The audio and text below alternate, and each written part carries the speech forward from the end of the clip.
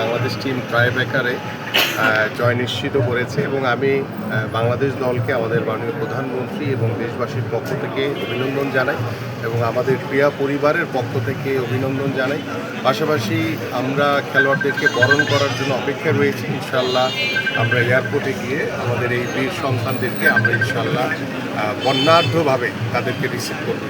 যে সাতকোলা বাসে তাদেরকে নিয়ে ঢাকা শহরে প্রদক্ষিণ করার মাধ্যমে তাদেরকে একটি বিরল সংবর্ধনা দেওয়ার চেষ্টা করবো। শিয়া বাটার ও ভিটামিন সমৃদ্ধ লিলি বিউটি সোপ, তারুণ্যময় উজ্জ্বল ত্বকের জন্য। আবার স্পোর্টস মিনিস্ট্রি থেকে তাদের জন্য একটি ভালো পুরস্কার থাকবে।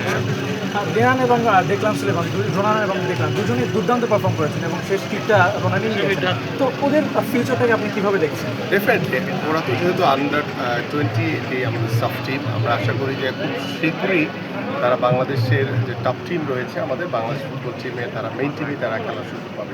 আমরা এবং আমাদের মাননীয় প্রধানমন্ত্রী এবং তার পরিবার এতটাই ক্রিয়াবান্ধব, সো আমরা বিশ্বাস করি যে আমরা এইভাবে বাংলাদেশ ফুটবল ক্রিকেট থেকে শুরু করে সকল স্পোর্টস এগিয়ে যাবে। ইনশাল্লাহ আমরাও আমাদের সামাজিক আমরা রাষ্ট্রীয়ভাবে আমরা এই সমাজ গঠনের অন্যতম একটি মাধ্যম হবে খেলাধুলা এবং সেই খেলাধুলার মাধ্যমে আমরা ইনশাল্লাহ আমরা আমাদের দেশকে অনেক দূরে এগিয়ে নিয়ে যাবো।